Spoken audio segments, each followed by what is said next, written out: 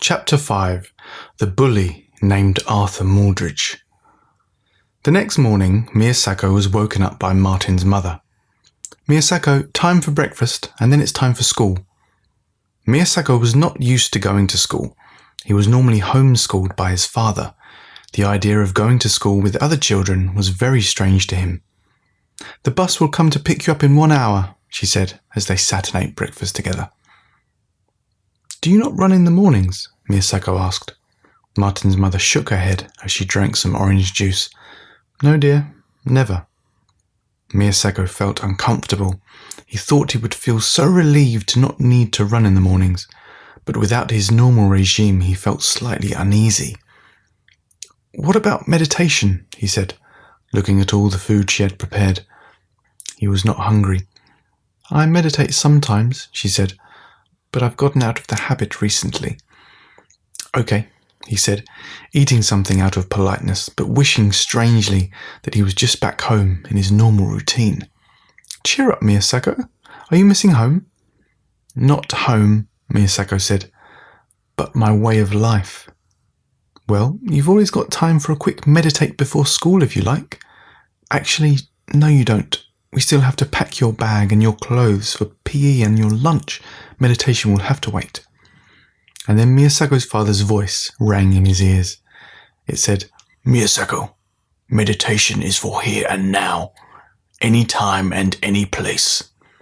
And so Miyasako looked around, breathed consciously, and felt a little less lost. 1,000 punches, Kiyosaki said. "What?" Martin said. He was used to throwing 3 or 4 and then doing something else. 1,000 punches, Kiyosaki said. "Not full power, just work on technique, like this."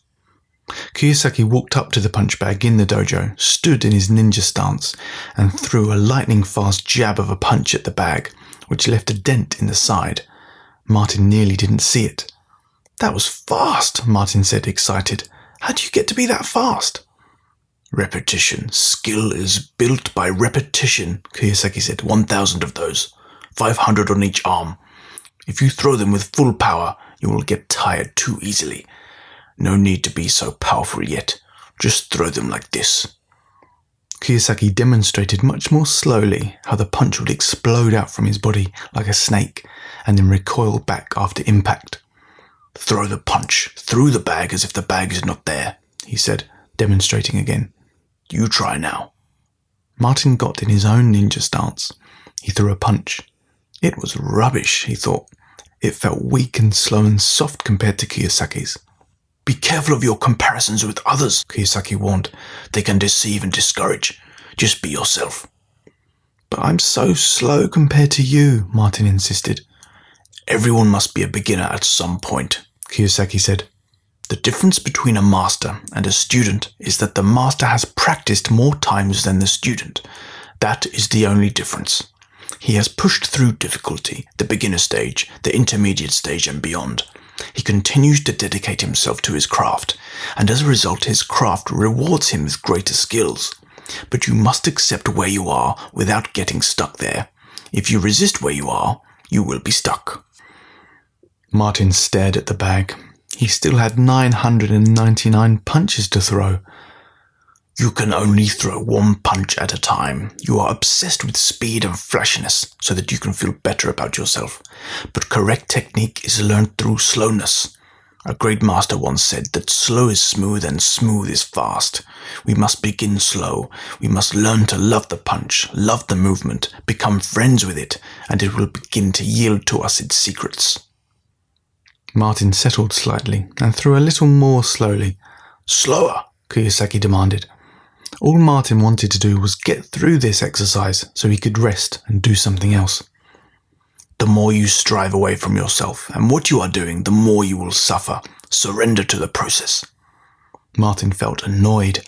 He expected to be doing kicks and flips and weapons training by now, climbing up walls and jumping off roofs and landing with ease. This isn't what he thought it would be. "Your expectations, leave them at the door," Kiyosaki barked. Martin just kept punching, more slowly than he had ever punched before. Miyasako was waiting for the school bus. It felt good to be outside. When it arrived for him, he could sense Martin's mother moving away from the window of the house and moving her attention back inside. He was aware of so many things that other people weren't aware of. He could feel someone looking at him from many houses away. He could hear things that were too far away to see, and he could see things in such detail that everything seemed to have a personality of its own. The bus that arrived seemed tired, old and grumpy. It didn't like being painted yellow. The bus was loud and arrived on the road by his feet. The door opened and the smelly driver was sitting there, chewing gum and staring at Miyasako blankly. He didn't smile at all. Miyasako climbed aboard and looked at the children. Everyone looked at him. He walked past the children who were whispering and pointing, and eventually he found a seat by himself. But he didn't feel as if it was a safe one. Behind him was one of the school bullies. His name was Arthur Muldridge, a boy with a rich dad who gave him anything and everything he demanded. He was bigger than the other children and fatter because he could not stop eating puddings and sweets. Miyasako could feel Arthur looking at him from behind, and he felt he had to adjust himself so he didn't have his back to Arthur. He put his back to the window of the bus, away from the chair. "You're Martin's replacement, aren't you?" Arthur said, appearing over and behind the chair of Miyasako. "You look weird, not like the rest of us. Why do you look so strange?" Miyasako didn't have an answer. "I asked you a question," Arthur yelled at Miyasako, and before Arthur even knew what he was going to do, Miyasako could feel a warning that his shirt was about to be grabbed. Miyasako moved himself, and as Arthur went to grab him, Miyasako wasn't there. Arthur became confused. "Come here and answer me," Arthur said again. This time Miyasako didn't have any more room to adjust, and as Arthur's big greedy hands reached in to grab his shirt, Miyasako took Arthur's hands and twisted them into a wrist lock. "Ow! Ow, let go!" Arthur yelled. The whole school bus was watching and starting to laugh. Arthur was twisted around so that he was lying on top of the back of the seat, his arm and wrist twisted behind him by Miyasako. "Get off!" Arthur yelled again. "You must leave me alone," Miyasako said calmly. "Do you agree?" Yeah, sure," Arthur said. Miyasako released him. Arthur cowered back into his own seat, and for the rest of the journey, Miyasako sat on the bus, alone. When he arrived at school, Miyasako was greeted by a girl his age. "Hi, Miyasako," she said. She was blonde and pretty. Miyasako had never interacted much with girls before. "Miyasako, my name is Laura. I'm one of Martin's friends, and I normally meet him here when he gets off the bus. Are you enjoying your time in England?" "I'm not sure," Miyasako said. "Not as much as I thought I would." "Well, hopefully you'll enjoy today," she said. Come and meet some of my other friends." Laura took Miyasako by the hand and led him off to meet some other children. "I've still got 800 to go. This is so boring," Martin said. "Can't I just throw these punches quickly and get it over with?" Kisaki sat down cross-legged next to Martin on the floor of the dojo. "Why are you here?" he said to Martin. "To learn to be a ninja." "Why do you want to be a ninja?" "So I can do cool stuff and fight people off who bully me like Arthur Muldridge at school." "You get bullied?" "Sometimes. I don't know what to do if someone grabs me or tries to punch me." "What's more important to you?" Kiyosaki said. "Learning how to fight someone off or doing cool stuff?" Initially, Martin thought of doing cool stuff, of being praised by his friends, of Laura thinking he was so cool. All of that felt very nice. Then he thought of being able to defend himself. That felt even better. "How to fight someone off if I have to," Martin said. "Okay," Kiyosaki said, "we have found your why. Now we know the main reason you are here. Before, you thought you wanted to be a real ninja. Really, you just want some fighting tools. Are there not any places near your home where they teach you things like that?" "Maybe. My mother has suggested it. But I always thought I had to go to a proper ninja place."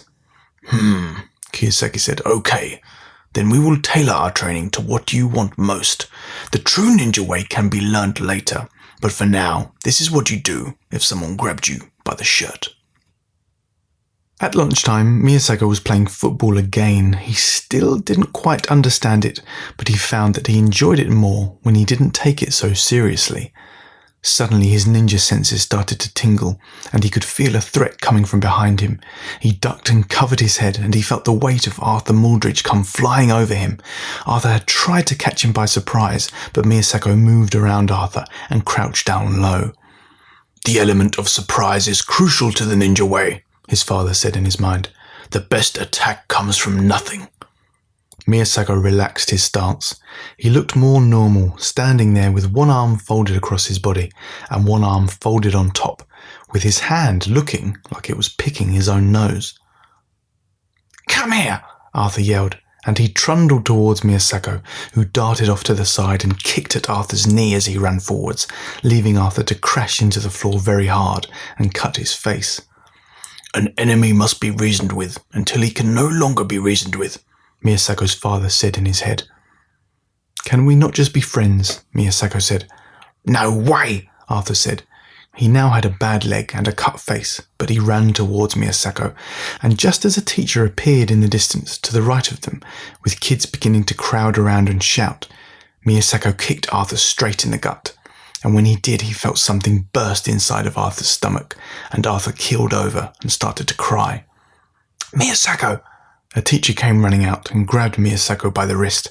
Without thinking, he reversed her grip and flipped her over so that she landed softly on her back and let him go. And then, as more teachers started to run out of the school to stop whatever fight was going on, Miyasako ran, faster than any child had ever been seen to run, and he disappeared into the woods behind the school. "Okay, thanks, I've learnt that now. What next? What about if I get grabbed from behind?" Martin said to his new teacher, Kiyosaki, back in Japan. "Hang on, not so fast," Kiyosaki said. "You've only done it twice. The key to this is repetition. You cannot escape it. We have to do it many times so that your muscles remember it, not just your thinking mind. It needs to be automatic, a reflex that gets built into your system so that you don't have to think. In a real fight, there is not enough time for thinking. The reflex has to be there." "Okay, fine," Martin said. He didn't realize how impatient he was. "You must realize that for any skill to be obtained in this life means that you must fall in love with the process of practicing it. If you want a magic spell to be done where you suddenly have all the powers and skills of a ninja, then you will always be frustrated while you are here. This takes work and commitment and dedication. There is no way around it." "Do you know any spells?" Martin said. "Maybe," Kiyosaki said, "but they are only for the experienced ninjas." Later that day, Martin's mother received a phone call. It was the voice of a disgruntled teacher. "Hello, Mrs. Davies. I'm afraid your exchange student Miyasako has gone missing. He was caught fighting in the playground and ran off. We can't find him anywhere. Will you mind coming in?" "Okay," Martin's mother said, "but you do realize he's a ninja? If he doesn't want to be found, he won't be found. Who was he fighting with?" "Arthur Muldridge." "Oh, the one that bullies my son, who always seems to get away with it? The one with the father who gives the school money?" There was no response. "I will come in," she said, "but I'm very well glad that he gave that bully a good beating. He deserves it." She slammed down the phone and went to fetch her coat, and Miyasako was sitting on the stairs. She nearly jumped out of her skin. "Oh, Miyasako, how did you get in the house?" "Have I done a bad thing?" Miyasako said, ignoring her question. "The teachers began to chase me." "Not at all," Martin's mother said, going over and putting her arm around the boy. "Not at all." At the end of chapter 5, we have a Japanese symbol for strength, and the quote beneath says, "To attain physical strength, mental strength is required."